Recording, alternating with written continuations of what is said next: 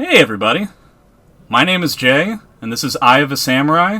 We're doing The Road to Bridge City, kind of like a promotional series of video analyses that we're going to be doing for Chapters event coming up in January 10th I think it is, with a variety of heavy international competition, which is really not something we get to see in Soul Calibur anymore.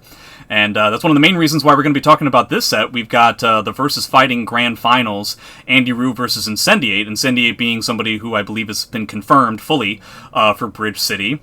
Speaking of confirmed for Bridge City, I believe my should we call it a commentator? Video analyzer? Interpreter? Artist? Wordsmith? Something like that. Boom is going to be here. You're confirmed for this as well, right? Yes. Yeah. I need my revenge. Against whom? The Mitsu player. I forget his name. I don't know why I forget his name. Because the match was fire. I lost last game to him. Oh, the Japanese yes, one. Yes, K-Chan, yes. K-Chan, Yeah. I love K-Chan. I have been cool following that guy since SE5. Cool. Yeah.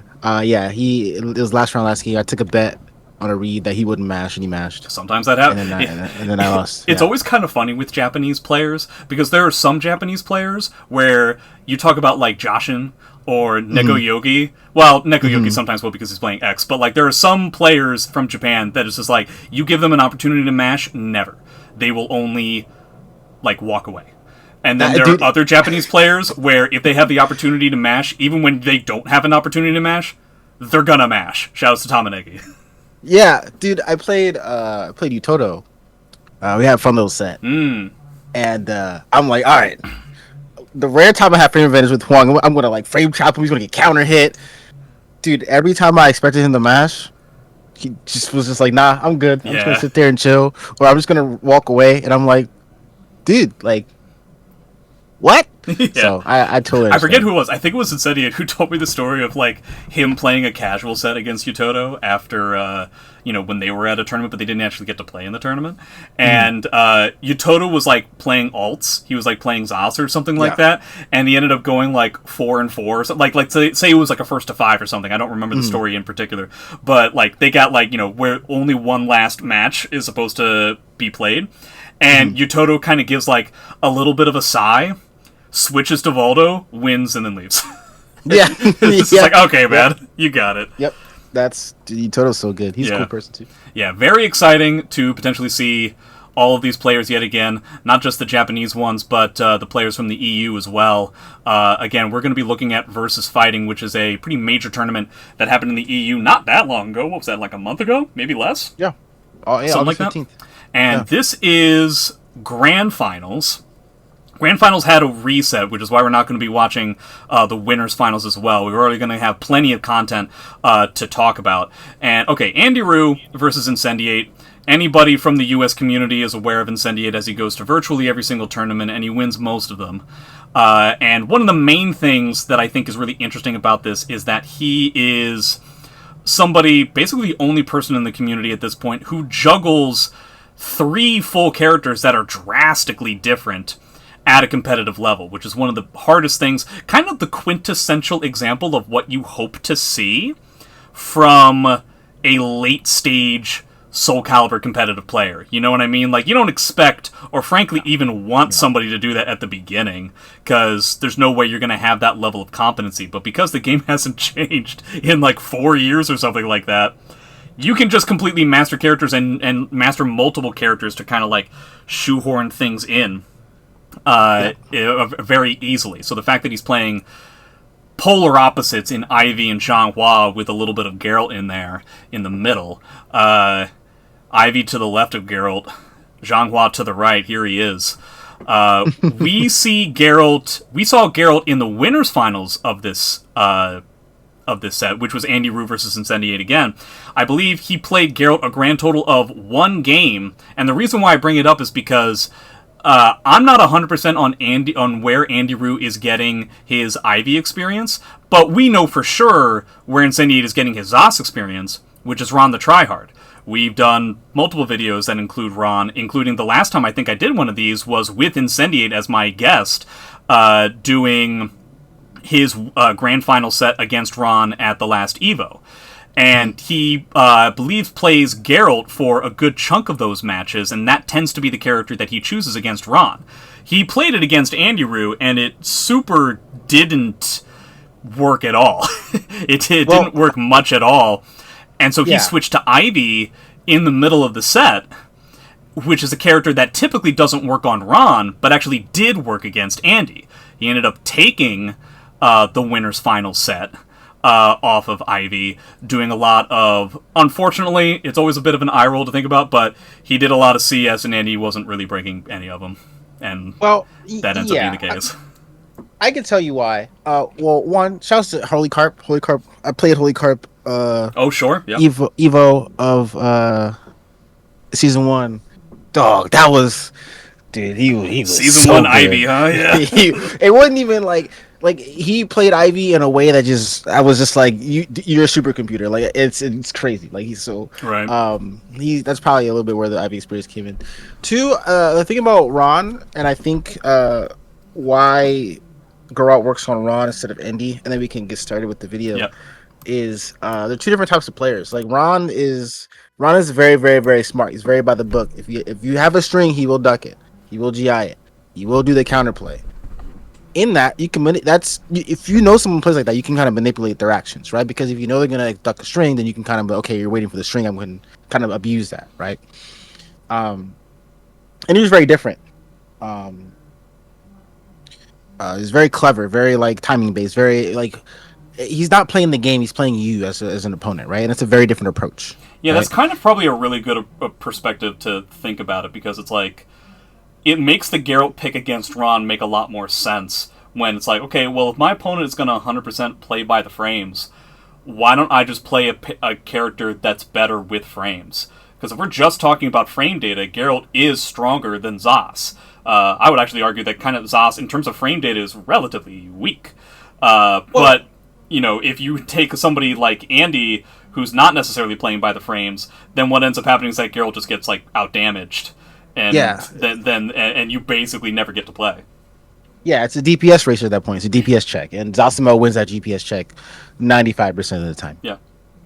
Even if he loses, like, I think I've said it before, the only character in the game that does less damage than No Rose Amy is No Meter Geralt. Like, if Geralt blocks like something that's like -16, it's like, ooh, wow, that's some scary standing reset, like 30 damage you got there, Geralt. So I'm just gonna keep mashing, dude. No, yeah, 100%. All right, you ready to hit this? I'm ready. You need sound?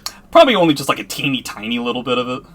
Don't really like all that much. Chat, we've got music going. Chat, is the music good? This is a Street Fighter City Pop mix.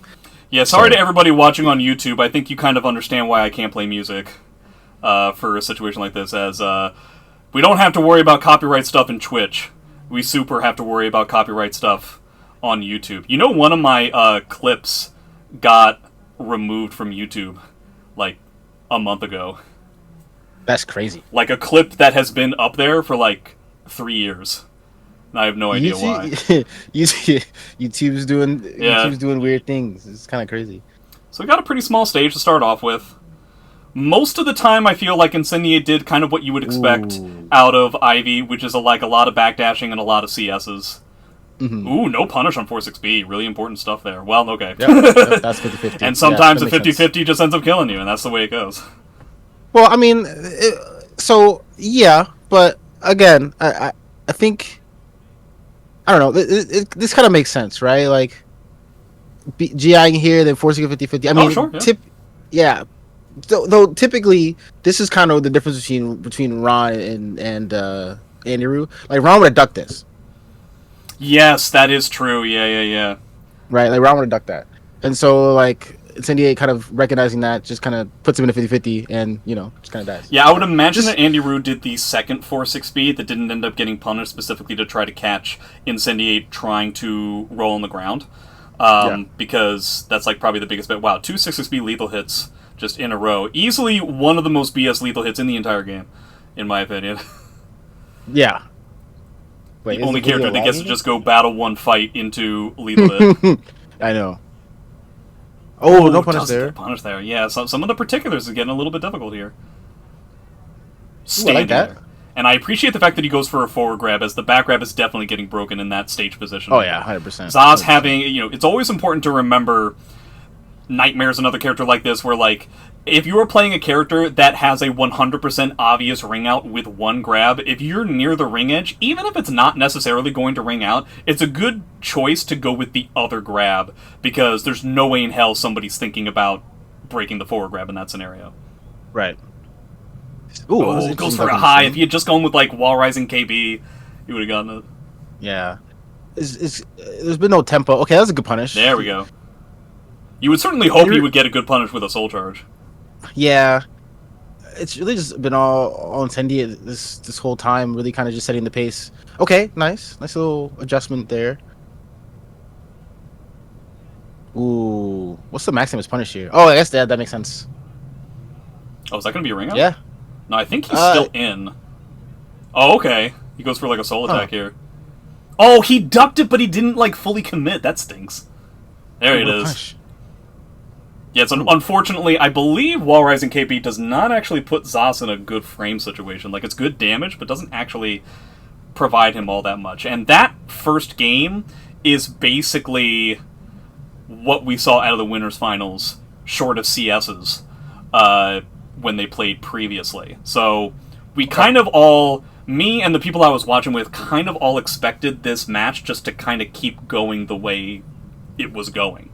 Because AndyRoo really needs to figure something out here. He didn't really have to deal with command grabs this time around.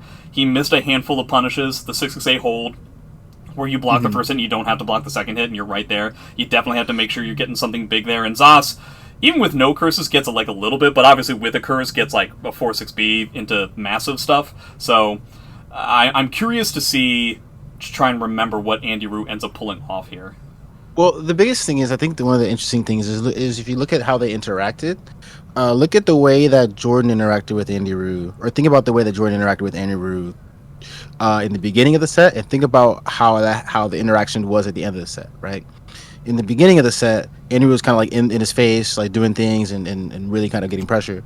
And then towards the end, Jordan kind of took control, because there was just the interaction was different. Like, there was no real interaction. There's no real meaningful interaction where AndyRoo was in on his terms. Yeah.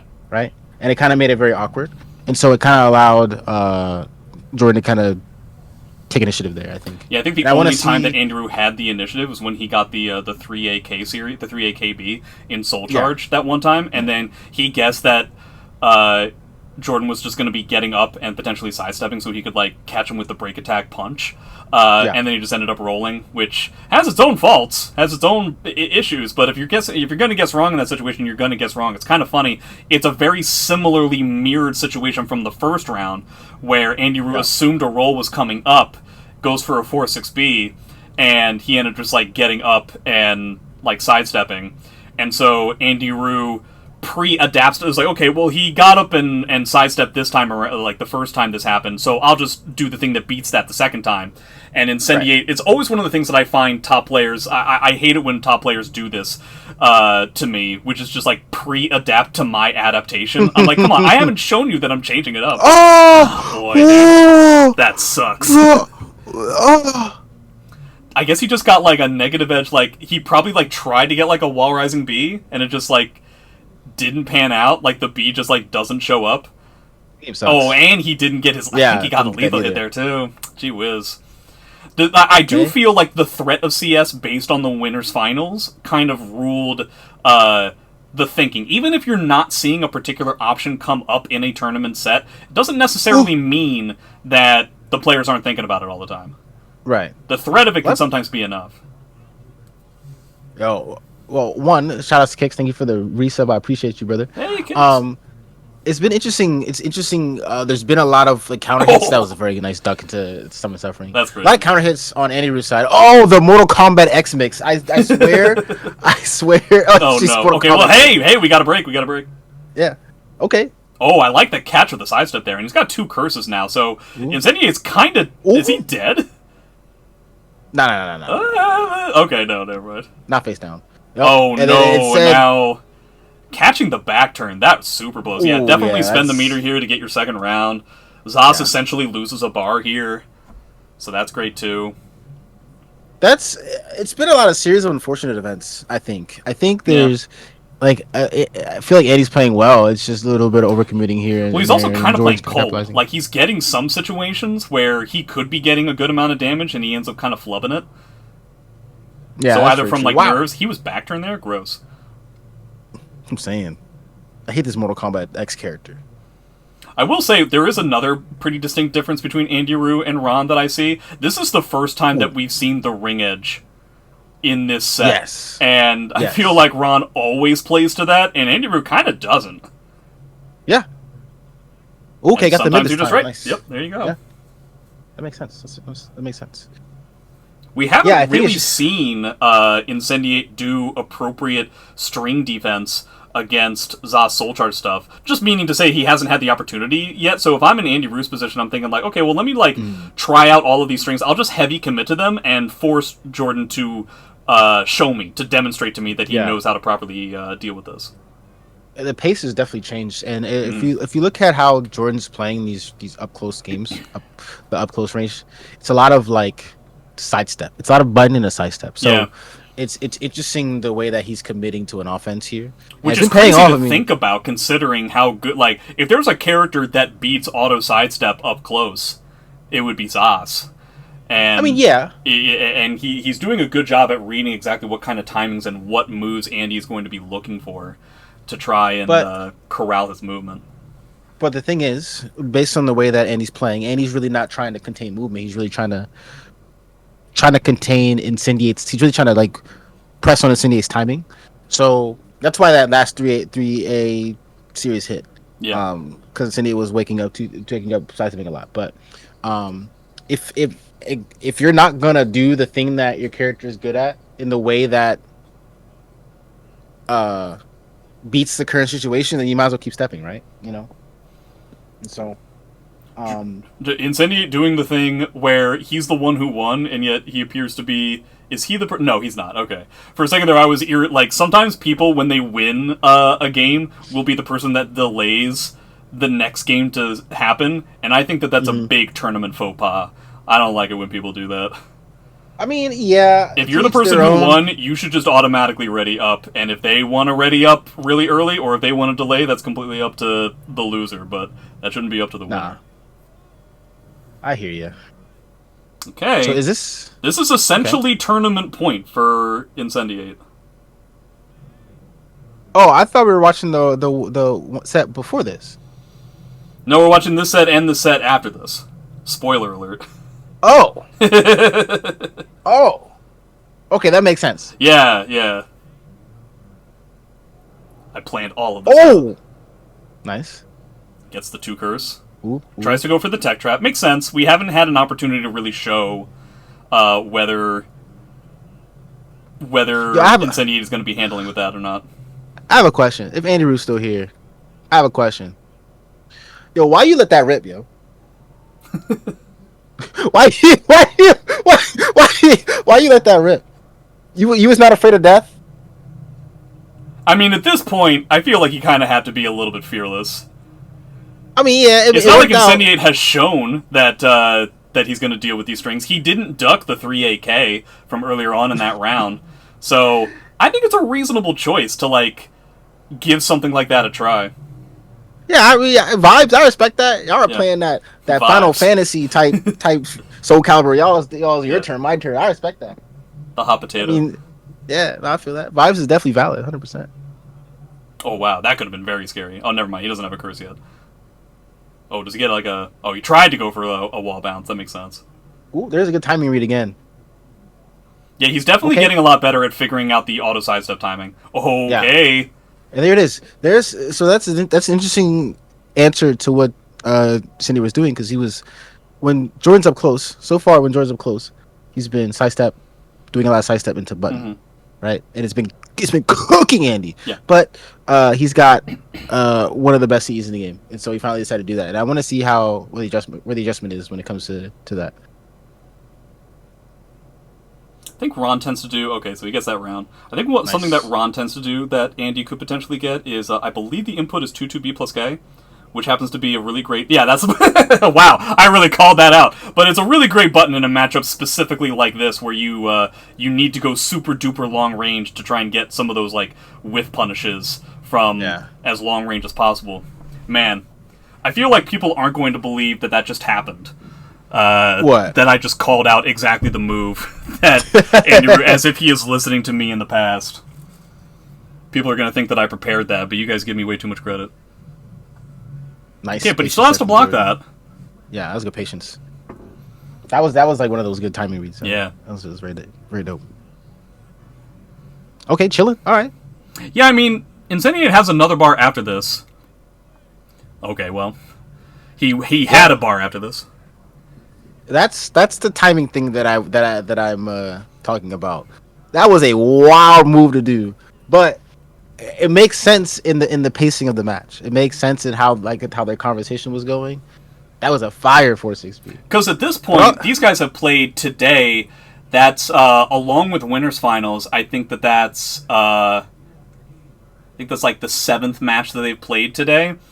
If it takes you longer than 7 matches to try and come up with like reads like this, then it's definitely something to work on. So I appreciate the fact that Andy is showing what it means to play a good player for a long time. Sometimes you don't necessarily get that in SC6, where moves are just really, really powerful and it's difficult to condition people out of them. But I appreciate the conditioning and adaptation that happens at certain calibers of caliber, so to speak. But also, I do like the way that Jordan's playing as well. I like the when Jordan has the mid range, like it's really hard for Andy to come in, and he's really doing a good job keeping out, and even the timing reads are when Jordan's in control, like he's really in control, and the timing reads that he has is really, really, really great. I like the creative options that he's going for when AndyRoo is in his face. Like the sidestep options really kind of makes it's interesting, because sidestep options versus Zasabel are like, oh, it doesn't really make any sense, but it kind of forces Zasabel to use those options, which I guess they have more counterplay than his verticals, because his verticals don't really have counterplay in a sense that like you block it, you're done, but his horizontals I guess kind of do. So it's a very interesting way to think about it. Yeah, I appreciate that kind of stuff. We don't really get to see... Personally, I feel like we don't really get to see that kind of level of gameplay as often as I'd like, which is also one of the reasons why we're talking about it for Bridge City. I assume that we're going to be seeing that at Bridge City a lot. Yeah.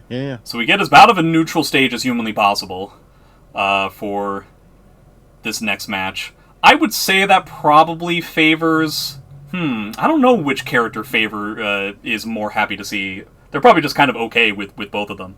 It's probably favors Jordan, because Jordan's been using the I almost called him interactables. Holy shit. Boy, you really have been. Gee whiz, you really have been playing NRS. Jordan has been using the environment, the walls, and the ring edge very well compared to Andy. So I would say it favors Jordan. Nice job from Andy, basically catching sidestep at the ring edge like 3 or 4 times in a row there. Yeah. I appreciate the obstinance on both sides, really. There's no way he wanted that. Yeah. Take care, Great One. It's a pleasure, always a pleasure seeing you. Hello, everyone in chat. God, Great One. Now he could have gotten a Wall Rising B, couldn't he? And like rung out? Nope, I don't know. Nope, not there. Oh, never? Okay, he could have got a 3B there, but didn't know it was back turn. Yeah. The pushback on Zaz, what is that, like 4-4K, the auto GI, will always surprise me. That's interesting. You know, this looks familiar, chat. This looks very familiar. Yeah. Something into box step 2-2A. Where have I seen that before? Yeah. Definitely wasn't the game before. Or the game, or the round before that. What's that old phrase? Wherever you go, there you are. You're always no matter like you change the stage, you can change the character, but no matter what, this is what happens. Still getting box step 2-2 Yeah. Zaz has a bar. Man, another aggressive push from Incendiate. It's clear that he wants to try to end this as soon as possible, which makes sense. Yeah. Yeah, just immediately leaves. You can whip. Fantastic. This is one thing that I really appreciate from Incendiate that we don't necessarily see from other Ivy players is the optimal punishes at different whiff ranges, which is a very Ivy-specific kind of thing, where, like, the times that you can get 3B versus 4B versus jump B, and it's really important that you have these types of things with Ivy, because she's, like, one of the only, if not the only character that sets up those types of very unique whiff-punishing opportunities. Yeah. Oh, no, I got caught in the NRS trap. Spacing opportunity. Get spaced on after you're hit, idiot. Zos loses his whole bar, too. Yeah. But he is dead to a CE. Fine. Yeah, I think that's fine. See, I just wish he was able to get something out of the whiff 668 holds. And that's a little bit too much. Nice block. Catches the sidestep. Nice soul charge. Yeah. Immediately spending it. Immediately catching it in. It's a lot of sidesteps there, yeah. Yeah, not that 2-2-2-2-2-2-2. Oh, the timing! Another 3-8. Oh! Wow. The old A6 2B combo from Zosalamel in the air. That's insane. Probably could have also gotten like a 4-6B too if he needed it. Yeah. Okay, decides to spin the bar immediately. And again, we have not seen Jordan necessarily block correctly against the soul charge stuff, like, at all yet. It's hard. Yeah, it's not easy. It's a straight up mix. Wow, look at all this backdash. Look too far away. Try to protect himself from the These guys are playing whip. so nervous right now because the tournament's on the line. Gets the punish. Nice Trying to duck the CS. You saw that. Yeah, okay. Yeah, doesn't get the punish there. Well, I like the little duck there. I like the little duck there as a timing setter. I like that a lot. He's going with, like, small buttons. Yeah, gets the command grab. Oh, the twitch duck doesn't go with the punish. He just tries to go for the mix. Oh, he jams it. Goes for the tech trap. Not so much. Oh, another duck. Yo, that's oh, he meant to do a 2-2-A. That round is the main one that I remember, and I'd be willing to bet everybody else remembers the clearest. Because, boy howdy, that round is so hilarious. And with all due respect, especially at the end of that round, I think Incendiate played that really badly. I gotta be honest. I actually disagree. Okay. I think this was a very high level moment, and I'll tell you why. Right. So let's go back. Here. So we'll go to the start of this round. Right. So. Well, that was full cost 1B. Yeah. Okay. No, I don't have any problems with that. Yeah, that makes sense. This was the first time this happened. Okay, cool, whatever. It makes sense. Nice keep out. We're just gonna be doing a little bit of the keep out stuff. It's really when, like, the command grab stuff ends up starting that I feel like it's a bit too one note for this situation. Well, I actually respect that. So yeah, he catches the command grab there. Okay. So he catches so he does. Jordan does a 6-6-A, which clearly catches AndyRoo ducking, and the only reason he would frankly duck in that situation is that he's worried about a command grab. So he was right, and then he goes for a command grab, which ends up being a normal grab, and he's wrong there. So it's kind of like 1-to-1 in terms of the mix-up at the moment. And here's the difference between this is the difference between a clever player and a smart player, right? A smart player is gonna be like, "Yo, he's not gonna duck again." So I'm gonna command grab. And a clever player is like, I know that you know that I know that ducking here is dumb. So I'm gonna do it. With intention. Yeah. And it's just a clash in player styles here. And then I like the little establishment of the duck because not only is that awkward, it sets a timing pace. It sets a rhythm, right? And Jordan just has to respect it, which is great. But now there's the rhythm again, right? The random duck, right? Like, why would you even do that? Like, it doesn't make sense to continue to duck at that rhythm. Like, yeah, I guess the reason why I don't like what Jordan is doing is because, at least to me, I feel like AndyRoo could, at this point, especially now that it's happened twice in a row, well, technically 3 times in a row, I feel at this point AndyRoo, like, the only reason why you would duck in these situations is expressly to get away from command grab, and I feel like it's like AndyRoo could not be projecting more extremely that if there's one thing he doesn't want to, he would be willing to die to anything other than command grab, and so I am surprised as to the level, because we're only at, like, number 3, but I feel like we get to, like, number 6 or 7 in this round of just attempting to do a command grab to end the game. It is possible that my bias is coming out just because, with all due respect, I do feel like Incendiate typically goes for this a lot. This is something that I've attempted to exploit in his game plan as well. When it comes to Ivy, he can sometimes get a little bit two-dimensional with his game plan when a command grab will kill. It tends to be where, with Ivy, this tends to be the case with all of his characters. I think this is just a generalized thing that is to be expected when you play 3 characters at a top competitive level. When the game is potentially on the line with Ivy, he command grabs. When the game is potentially on the line with Geralt, he goes with 1A strings. When the game is potentially on the line with Xianghua, that's the easiest one. That's just 3B and CE. That's not even necessarily a weakness for the character. That just happens to be a ridiculously powerful option that the character has. But I do feel it gets to be a bit too straightforward. Well, yeah, I agree with you. And here's why I agree with you. And I think here's why I think it's even higher level than that. Right, so this is again. I think it's really I think it's a playstyle clash, right? Like you're okay, well he's ducking. You shouldn't command grab. If I was in Cinea's shoes, I would also continue to command grab. Because statistically, it makes sense that at some point, if you're playing like game theory, like if you want to go down that route, and I apologize for getting so deep, but you want to go. No, that's what this video series is about. Great. So if you want to think game theory and things like that, statistically, standing up and getting CS makes sense. Like that is statistically in your favor, especially after the sequence of what he just did. Like, especially with like the life advantage that Incendiate has. Technically speaking, the math still checks out on attempting to CS. Yeah. Like, can I ask Chad a question real quick? After that, how many of you would have run up and did that? How many of you would have press 1 if you would have run up and ducked, or press 2 if you would have run up and guarded? Now Chat's gonna do the thing where they're gonna be like, "Well, I would have ducked." Yeah. Right? But I'm telling you, 99% of Chat statistically CSing here is good. Like I will never take that away. Right? But that's where a clever player kind of plays against the odds, right? And so here's the CS, and now all of a sudden, duck is a legitimate timing thing,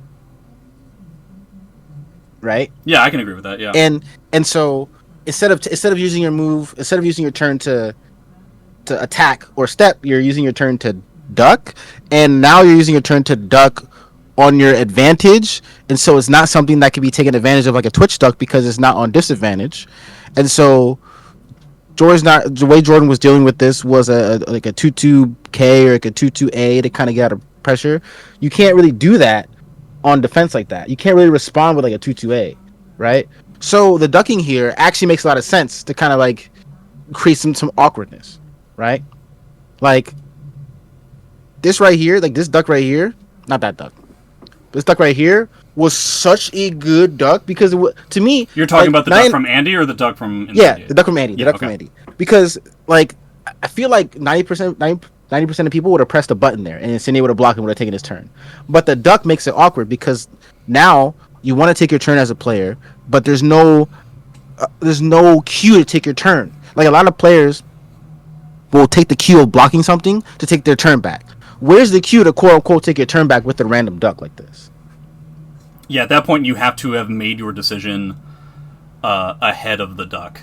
And I guess the idea is that if Incendiate is attempting to end the game right now, like frankly speaking, like the safest, most shall we say like pragmatic option were Incendiate to try and gauge the idea that Andy is it's not the step duck in the traditional fashion that we typically think about, because we think about like sidestep and then ducking as a defensive approach, but AndyRoo is doing more of an aggressive step duck where he's just stepping forward and ducking with the express purpose of trying to duck a command grab into a punish, which could actually be pretty extreme now that he has a curse.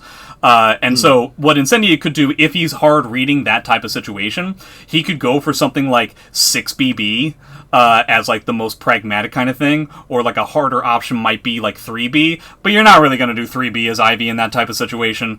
And 6BB, the issue I guess is just the fact that it doesn't kill. is the fact that I think Incendiate wants to finish this round on the neck, like whatever kind of kill stroke that he has to finish it at yellow life here. That's probably like one of the weaknesses of Ivy that doesn't necessarily get exploited too much, just because we're mostly an online game at this point, and breaking CS is really difficult, even on Parsec. And so because of that, we don't necessarily get to see this exploitation of, like, in this situation, for somebody who is, like, ducking all this time, or potentially, like, trying to, like, break the grabs, outside of CS, does SS kill here? I don't think it does. I think it's just barely not enough. So, CS is the only thing that he has to try and take out a style in this way. So I feel like at that point it's potentially a difference of opinion in terms of, like, do you continue to try and finish this out on the very next hit that you get, which is a perfectly reasonable thing to expect, or do you try to win on, like, a small hit into a small hit? The weakness being not only the fact that you don't kill on your next correct read, but potentially then that provides additional conditioning against AndyRoo, where AndyRoo sees, okay, finally Incendiate isn't going for the grab, so now I can try to, like, sidestep and actually get, like, a 4-6B as, like, a whiff punish, or a 2-2B as a whiff punish. Adding additional, potentially Incendiate wants to keep AndyRoo in the mentality he's in at the moment. It's tough to it's tough to say, but I do feel like if I was in Incendiate's position, I would think to myself, AndyRoo is going out of his way to ensure that the command grab is not the thing that ends up killing him. Yeah, no, I get that. Thank you, SC Shadow, for rating Triple J. Appreciate that. But no, it's crazy how deep this can go. There's, like, a lot of different, like, situations. I mean, at this point, we're talking about pretty abstract game theory, which, like, definitely becomes. It's not like attempting to get block punishes, right? This is actual, like, difference of opinion type stuff. And he does end up unfortunately getting a botched whiff punish. But I do appreciate that whole series. What does he go for, like, command grabs like 2? I have to be honest, I'm actually kind of surprised that 4-6 speed didn't hit him. Like, hard size. And honestly, if that was me, you know what? Now that I think about it, I'm willing to bet that the reason why Incendiate had a bit of a botched punish there is because I'm willing to bet he felt the same thing. That because it's 4-6B and we all expect 4-6B to track step in the BS way that it does. I don't know about you and I don't know about other people, but there are definitely times when I attempt to whiff punish, when I attempt to sidestep something, and I register which move came out that I appropriately sidestep, and I think to myself, wow, I'm actually kind of surprised that didn't hit me. Like when I, Maxi's on the ground, and I hard sidestep because I think he's going to do like a 6A plus B, but he wakes up with a wall rising B, and I actually sidestepped it. And I think, that doesn't really happen all that much. And by the time I've registered that in my head, I got like a BA instead of a 2-2B. I'm legitimately, I don't know if Incendiate remembers this situation to that degree, but I'd be interested to know if that hesitancy, like, comes up. The best example I can think of was Waffle. God, Waffle was like 5 years ago or something at this point, wasn't it? That's kind of crazy to think about. But the one that I always think about is Skill versus Woes in Grand Finals, where Woes had the win. Skill was Mitsu in Soul Charge, does 2-2-BB, and Woes attempts the punish in between the two hits. The second hit hits him back-turned, and Skill gets like a whole Soul Charge comeback off of this ridiculous hit that doesn't make any sense. Then the next game happens, the exact same situation occurs, Skill goes for a 2-2-BB, Woes correctly sidesteps it, and doesn't get a punish, because he's expecting that the sidestep isn't going to be successful, and if he extends his hurt box, then he's going to get clipped. It's an unfortunate, frustrating thing about SU6, or really just like 3D games in general. I'd be curious to know if that might have been the reason, coupled with the fact that, obviously if he gets the full crouch 1B punish, he wins the whole tournament. So that certainly doesn't help out with things when it comes to nerves. No. So yeah, he said it does happen. This was like an in-tournament shaky hands misinput thing. Okay, I guess that makes the most amount of sense. Yeah, that was a fire duck. That duck, or that was a fire step on the third duck. That third step match you caught onto the rhythm, which was very good. Yeah. So it just was unfortunate that it was just a little too awkward, and it was like, I don't know. Yeah, it was awkward. I do appreciate the fact that it happened, though, because it does mean that, one, we got that crazy hype moment, which clearly the crowd was really interested in, and two, it means that we get to play more games. Oh, 100%. So if only for that. Yeah. You can't even see Incendiate in this camera shot, and you know that there's just like a full head of steam evaporating out of the top of his head after a match like that. It's an interesting style, man. It's definitely it's hard playing a clever player because it almost feels like they're in your head, or it almost feels like they're just like why are you doing this dumb shit? Yeah, it just it just feels like an eye roll. Like, come on, you're like really good. It almost feels like kind of, because I've done this to people and people have done this to me, where it almost kind of feels like insulting. Like it almost feels like, oh wow, you're just like trying to show off that like you can go for this one read right now. That's kind of crazy. It's just annoying. Yeah, but it's like they're not in your head. They just have a read on your timing. Right. Yeah. Yeah, it's you've got the players that are able to like really defend very well and like know the strings, and you've got the players who are able to just like destroy you at your timings. Omega DR being probably the best representative of that. For Zaz, I've definitely gotten single bead by Omega DR, and then I was able to I got like he will single beam me on block, and then I'll do my button, and then I will get counter hit for the rest of the game. I don't understand how he does it. I just don't get it. For me, it's 2A. He will 2A me 5 times in a row, both of us knowing that at any point I could mid parry. And I'm thinking that he will do, okay, if he does a 2A, that's not that much frame advantage. I already have roses, and if he tries to backdash, Zaz's movement is bad enough to where a 2A on hit is not enough for him to use movement to get away from 4AA. He doesn't really seem interested in blocking 4AA, so really the only thing that beats me here is another 2A, which he's not going to do. I have a mid parry, and that's like an overwhelming amount of damage compared to what he's getting. And he will 2A me 4 times in a row, and then I'll do a mid parry, and then he kills me. And I find that very irritating. Yep. And you're like, bro, like, what are you doing? Yeah. But it makes sense to them. They're trying to poke at the weakness. Incendiate really trying to figure this. Yeah, I don't know what's happening in your head, but I'm going to skip forward. Yeah. Okay, we end up getting the exact same stage. Exact same situation. Classic SC6, same stage. Oh, no punish. Yeah, it was kind of a weird, like, half hold. Yeah. Incendiate, trying to like figure out a more defensive playstyle. I think potentially that round got him shook, which would make sense. Back to this, I'm back to the sidestep button as a keep out thing, which is pretty interesting. There it is, sidestep button again. Trying to go for like an auto, like it's not necessarily a step duck because it's inherently adding in a 2-2K, like an attack on top of things. So that's pretty good too. AndyRoo's not really running in and doing mids either. AndyRoo's really just kind of, wow. Well, even when he does a mid, like a 3AK, technically Incendiate isn't showing like the appropriate counterplay. He's not really necessarily trying to figure it. He's not really running up and doing horizontal mids. He's kind of running up and doing like lows and shit like that. Yeah. Decides to spend bar here. That's kind of surprising. But it's like such a close round that I can kind of see it. Yeah. Plus he has that curse now. Incendiate trying to interrupt it with buttons, but it just wasn't enough. Eventually he just kind of hesitated. Damn, I think if the bar was there earlier, we might have seen the CE, but yeah. Ooh. Man, that move is so good. Dude, 6-6B is crazy. That move's broken. -8, I think, right? Yeah. 9% guard damage. Yeah. Track sidestep, which is irritating. It's leave it on counter hit, right? If counter hit's like a small button. Yeah. What the fuck? Yeah, the classic 6K on hit into CS. Alright, trying to go for the grabs. This is the first time I feel like we've seen AndyRoo potentially try to angle himself specifically for ring outs when he had that sidestep that brought him over back to the ring edge. But he really doesn't go to that as much as other ZOS players we see. So that should kill. Yeah. Dude, 4-6B 4-6B on timing is so with curse is so stupid. Yeah. That's so dumb. You're just able to bust out whenever you want. Honest to God, if it was more linear, if it was traditionally linear like some like RAF attacks are, I wouldn't have as much of a problem with it. But the fact that like it's so much damage if I'm wrong, and if I just happen to be caught like with me, like it's. Wait, go back. I want to see what that frame situation is. I don't think that was purely neutral. That was insane though. Nice duck. I appreciate that. Hold on, I need to slow this down.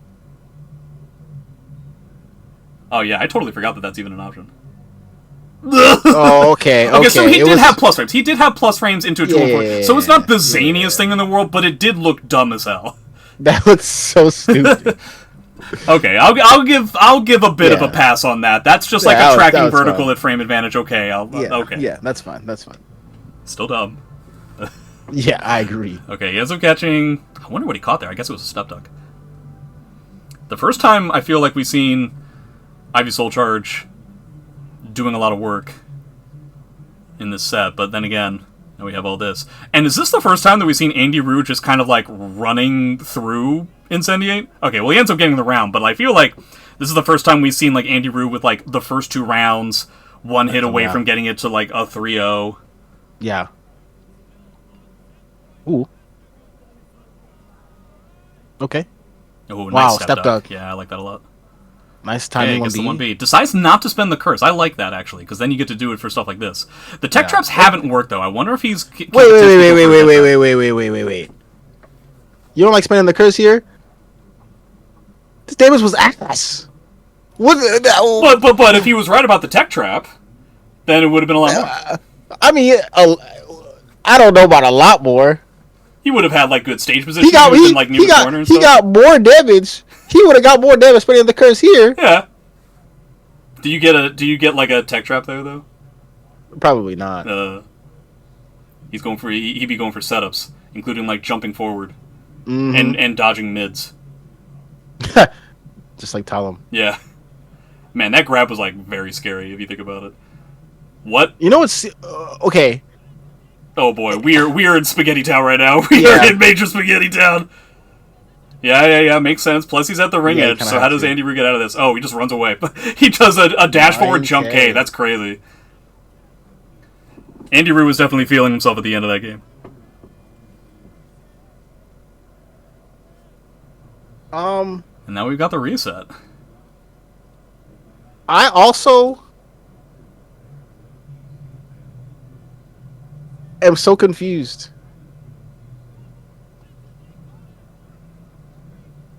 Why? Because of the grab? No. Which situation? That. Oh, like why he went for 3 AK? Yes. I think because if you go back to the previous interaction before this, it was AndyRoo doing a grab that had Incendiate ducked it would have killed him. Let me see if I'm right. See, like, that grab, had he ducked it and gone for a full crouch 1B, there's a good chance that it would at least been a terrible position for Andy, and so I'm willing to bet Andy thought what I thought, which is, oh boy, I didn't realize what the stage positioning was, that's kind of crazy, and I bet Incendiate is thinking the same thing, so I'm just going to go for a mid, because he'll definitely won't want to give me that kind of opportunity again. That's my guess. But, like, the reason why this is crazy is because the mid doesn't kill you here. Yeah, that's true. if he does 3 AK, you know, you duck it and you get the thing. Yeah, not to mention it, but he hasn't been ducking 3 AK like at all. So I mean, that's true. You could potentially go. Maybe the smarter play is to go for 3AB hold because we haven't seen that string like literally at all. That being said, if he sidesteps it, then he's almost definitely dead. But like, you're an Ivy player. If I was an Ivy player, I would be looking to do full cross 1B here. Yeah. Like, I feel like I'd be ducking. Like if I'm Huang in this situation, I'm hitting 4A plus B because I'm trying to reverse ring you out. But that being said, again, he didn't do the full crouch 1B in the previous interaction. That's true. So it's possible that he's just like Andy's just making a read that like he's clearly not thinking about it. I mean, yeah. I don't know. It's just tough. There's no there's no way you just. I can't say the phrase I want to say. I am going to put this on YouTube. Please don't. Yeah. Please don't. Incendiate said, I'm looking to 2-2A, 3AB hold because it's a layer 2 smart choice, and I still kill with it. Yeah, so I guess that does kind of make sense. Yeah, but like statistically, right? If you're looking statistically, if the 3AB hold is there and you duck, you can react to it, right? Like the 3AK, Andy gave him a chance to win. Yeah. In a situation where it didn't really deem necessary, because if you're like, you think about it, I guess statistically, right? Once you hit 3A, there's no button that you can do that that you don't lose. The risk reward is no longer in your favor, right? Because if you do 3AK, you duck, you die. If you do 3AB, you take the -14 punish and the soul charge and the pressure, right? You do 3AB hold, you die, right? Yeah, So 3AP is probably like the best bet there at this life total. yeah, so mathematically, right? Maybe like an A6 is probably better, right? Mm-hmm. But like But that still doesn't kill, yeah. I mean, but it was hype. Like it was hype. Like it worked, but it's just like dang, Right. like Yeah. that's like No, that's like a I soul think move, AndyRoo you took know? like two pretty big bets in this situation. Yeah, It's no, not I that mean, much different if you think about it. It's not that much different than how the previous game ended. It's just that Incendiate took the reverse position that AndyRoo did, mm-hmm, where mm-hmm. AndyRoo was like only ducking and Incendiate was never ducking.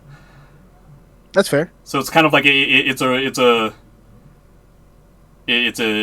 AndyRoo and like a negative AndyRoo Yeah. that go up against each other. I don't know. It was just that was just either Andy has the biggest balls in the world, Yeah. or And it also sucks that he didn't get the kill in that situation. yeah, yeah. But alright. Boom, I have some bad news. What's the bad news? Let's continue and we'll see what happens after Incendiate thinks about this for a little while. Thinks about it for a lot of while. I mean, it is a brand new set, and here it is. Listen. As much as I love AndyRoo, it's still fuck EU. Let's go USA. So Yeah. I love this swap. I love it. Let's go. No, I love this. It objectively makes sense. Incendiate has done this to me.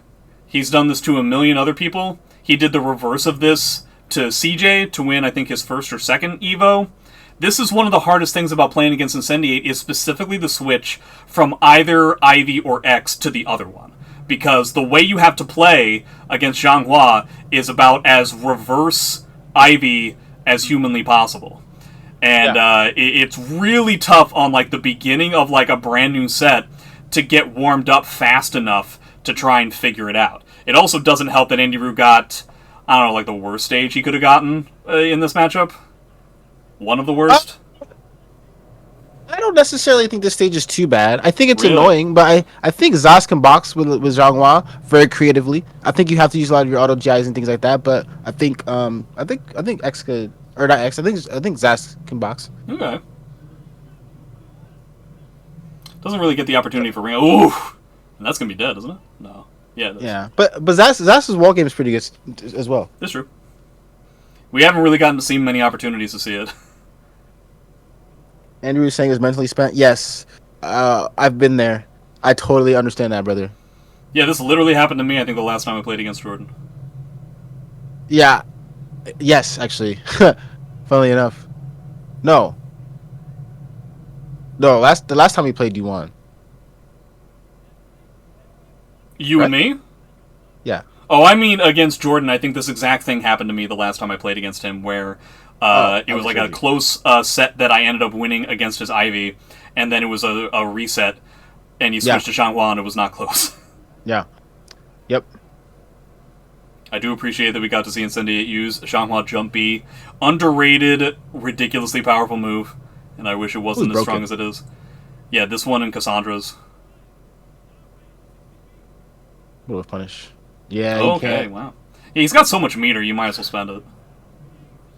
I mean, it's still pretty decent damage. Yeah, that's true. Jesus. He's using a lot of that auto GI too. That's the one that good. covers Hori's, I think. Yeah.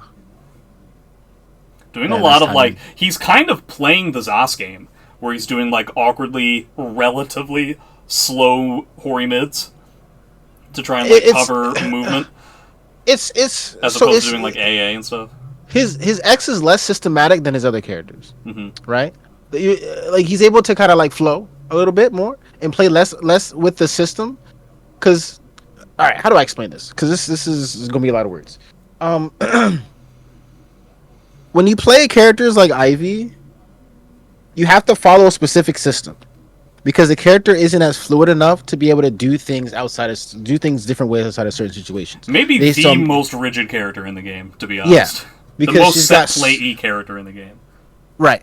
She's got certain ranges she has to be at. She doesn't have a traditional 2A, so her ability to flow is like is hard. Like it's hard to kind of like you have to be like, okay, this is my thing. I have to put her mid range. Bam, let's do this. Yeah, there's kind of no improv.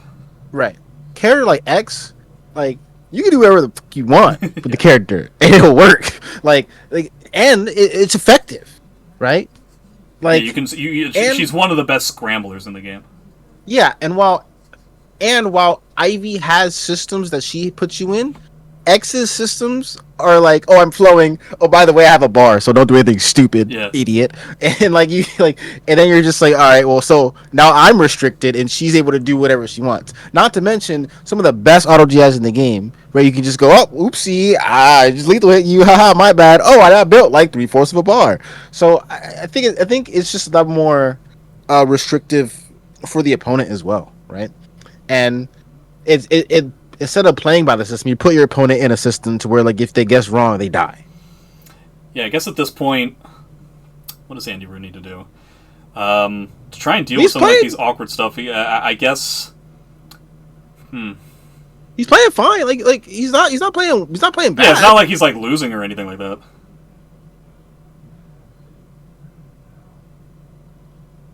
Yeah. Well, that sucks. He just never found an opportunity.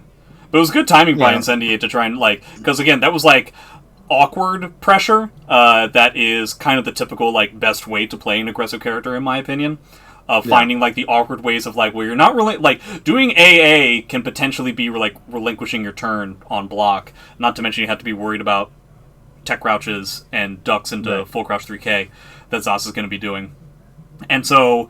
doing like these awkward pressures that's like non-committal, where technically speaking, Zos does have an opportunity to mash out if he wants, but we both know that Zos's mash out buttons, especially if he doesn't have a curse, are not exactly going to be all that strong. As in, Incendiate is going to be comfortable with eating 1, 2, maybe even 3 of them in a row in this situation. It's not that much different than what I was talking about before, when I was playing against Omega DR, where I eat 2A like 5 times in a row, because technically speaking, again, the math just invites challenging that type of situation. Just because, as we saw, Zos's movement pretty poor, as evidenced by the fact that we're getting caught by like the third hit of like AAB, 3B is catching the backdash. Like, Zos doesn't necessarily have the ability to use movement to get out of certain situations, and kind of has to corral their opponent in different ways. And, I appreciate the fact that Incendiate was able to come up with like 4 sets of timings to say awkward, I don't even want to say slow mid. It's just slow by X's. 448 isn't like a slow mid, but it's slower than what he could do. And it's like, slower mid, slower mid, slower mid, fast mid, string, into just wait there for a while. So it's very similar to what you have to do against Aswell when he doesn't have a weapon the whole time. Like, you want to give him just enough of a cushion to make him think that he can do something, whilst never actually providing him an opportunity to do anything of significance. Right, exactly. Alright. Yeah, again, with that auto GI, he's doing a lot of Hori auto GI, so more kicks maybe, but the kicks are a little bit stubby. You could just go for like more verts. Yeah, 6SB, that's probably an effort to try and... I think the reason why we're seeing 2-2B plus K and 6SB is specifically for an effort to get away from the Hori auto GI. Yeah. Okay. Ooh, what a desperate... Okay. No, I didn't get back turn combo. Oof. Nice! Ooh. Wow, what a step. That was crazy. I think maybe a little bit more A6, like smaller buttons. Yeah, we don't really see a lot of A6. It doesn't seem to be a move that AndyRoo really does all that much, huh? Like, if I was a Zos player, I'm spamming that button. Yeah, the Pheromontras, yeah. Yeah. Oh, goes for the reset. Oh, I like that. Yeah, he gets up getting it. Okay, just falls with the frame trap. AndyRoo using the 1A as if getting hit by 1A makes anybody do something other than mash buttons. Yeah. Like, who cares? Tries to go... Oh, no. That sucks. What? Whoa! Can you go back? That was cool. I'm not sure if I want to.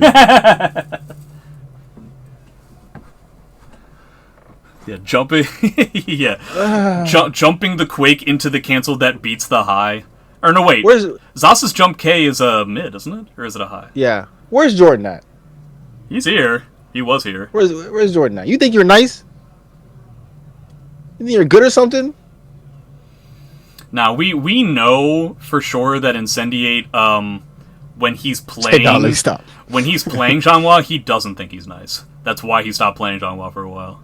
Why? He wanted to be nice, and he realized he couldn't. So he has to do stuff like this. That's fine. Yeah. Oh, it's a high? Oh, okay. Okay. Doesn't make it any cooler. Still dumb. Like, no, stop. Nah, it was sick. It was sick. God, AndyRoo is trying so hard to keep up with, like, doing these types of lows, which is just not something that Zos can typically keep up with. Mm-hmm. But Incendiate has a lot of bar. Okay, we are going into Yomi level. Full crouch. We went into Yomi level 9,000 there for a second, and then Incendiate just went back to 2-2. Yeah, well, hold on. He lived, which is crazy. Like, look at that. It was like a run up into a cancel. Like, that was a lot. I'm surprised Full Crouch 3K was the option there. But I like the 2-2B counter hit. What's the mix? I think it's again just to like try to deal with the auto GIs. That makes sense. I think that's what he was. I think that's what he's going for. AndyRoo is in the chat, so he can let us know if we're wrong. But I just got the impression you started using a lot more kicks, and I got the impression that you wanted to just like not get hit by this auto GI that Jordan's been doing a lot. Also, the one question I have after XCE, can Zosimo roll back? I don't think that's a Huang specific thing. I know Huang can roll backwards, and Zhongwan has to commit to other options. I didn't know that Huang could roll backwards, huh? Yeah. Because I don't even think that like Valdo can he? Maybe. I just know that Huang can roll backwards. Okay. Well, that was insane. Dude, Zos can roll backwards as well. Okay. Zos Soul Charge. Sick. Underrated Soul Charge. Okay. Oh, what a timing. Did that even say counter hit? I don't even think that said counter hit. I think you just like caught Zos moving. That doesn't even say ducking. I think I'm ducking. Oh, okay. That sucks. But no, it wasn't counter hit. I would have liked to see more random Cs, like more timing Cs from AndyRoo. Maybe. Especially with a character that's pushing this much. Because that awkward timing we were talking about with the mids does not necessarily get you out of dodge when it comes to the Zos. Yeah. Because the only reason why you wouldn't want to use Zos all that much, especially when you don't have a curse, is that you're just like dealing with like a lot of like Zhanghua AA and stuff, which is like the level 1 Yomi, which they kind of completely bypassed. Jordan really hasn't been using AA all that much. He's been using other Hori mids and stuff. I think with the under the assumption that Andy already like we both know that AA is like kind of can be potentially an interrupting, annoying killer of Zos in a matchup like this, and so they kind of like we're already under the assumption that we can just kind of bypass that level. Yeah, that's fair. That's very fair.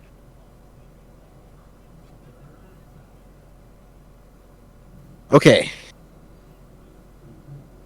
No stage change this time. Yeah, kind of surprising. I guess it just, just wanted to just, like, keep it going, keep the momentum going. Yeah.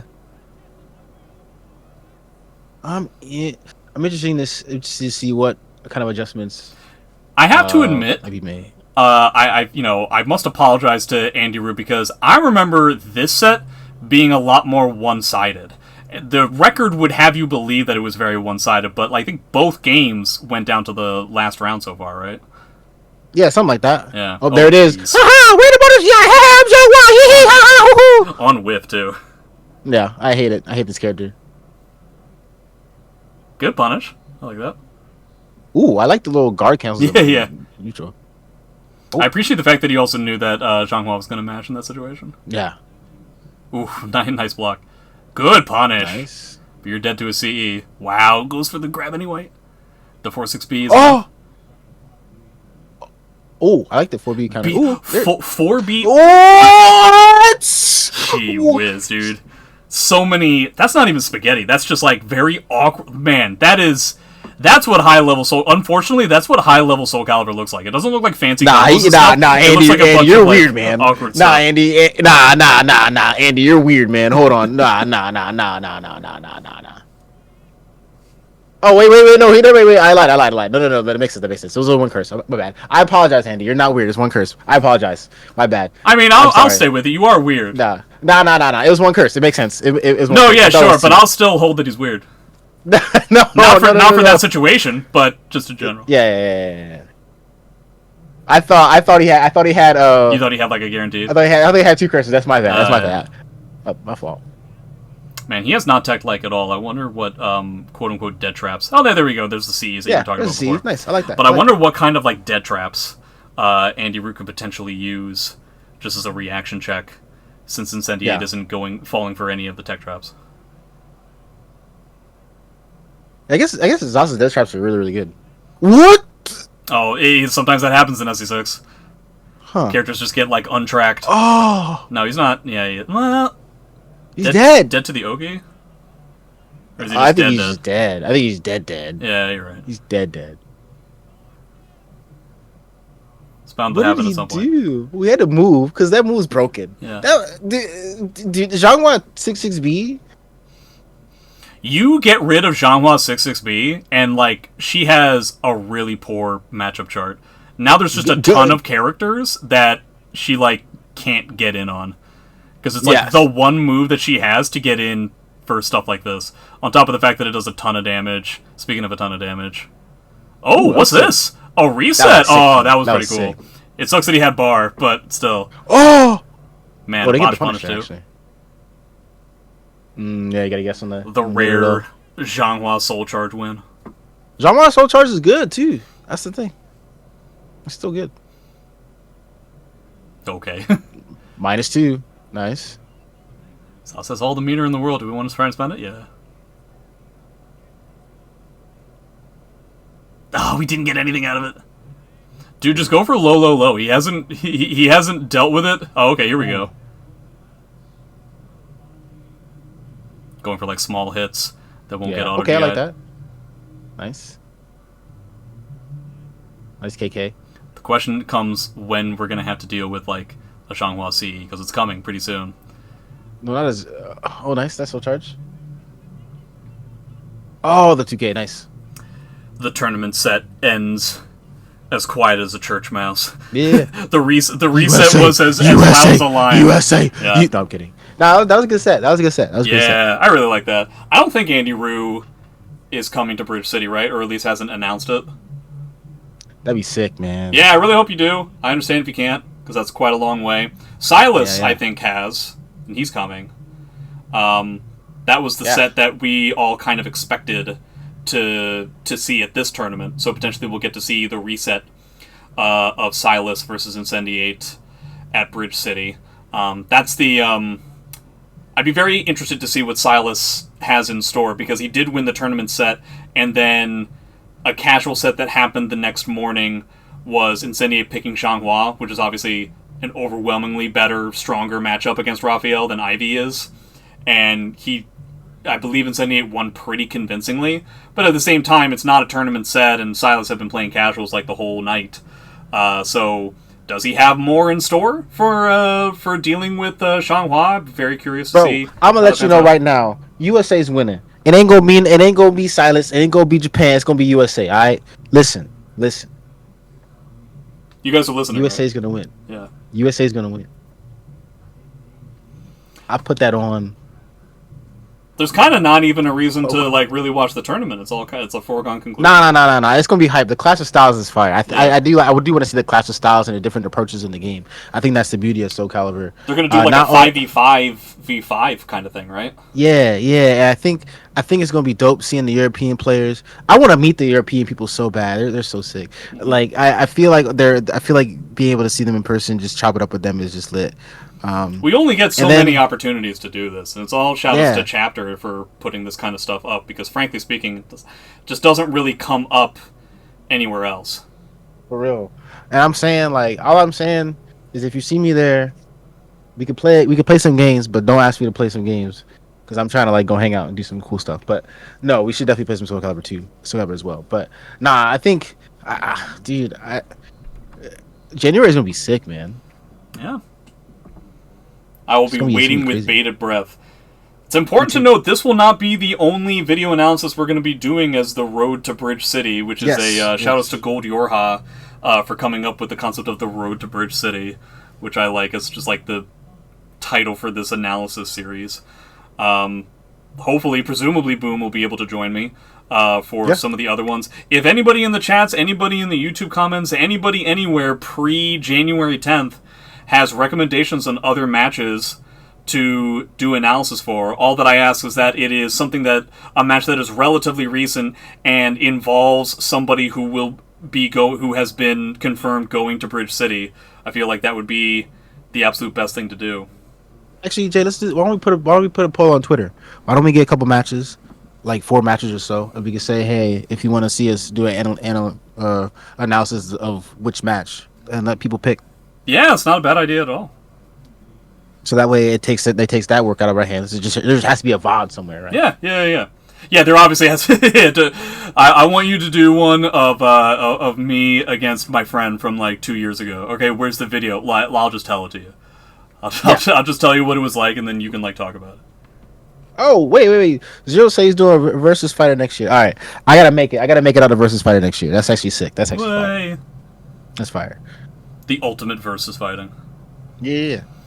But all right, everybody. If you're watching this on YouTube, thanks very much for showing up. Again, expect to see at least a handful more of these going up to January 10th. And then obviously watch Bridge City.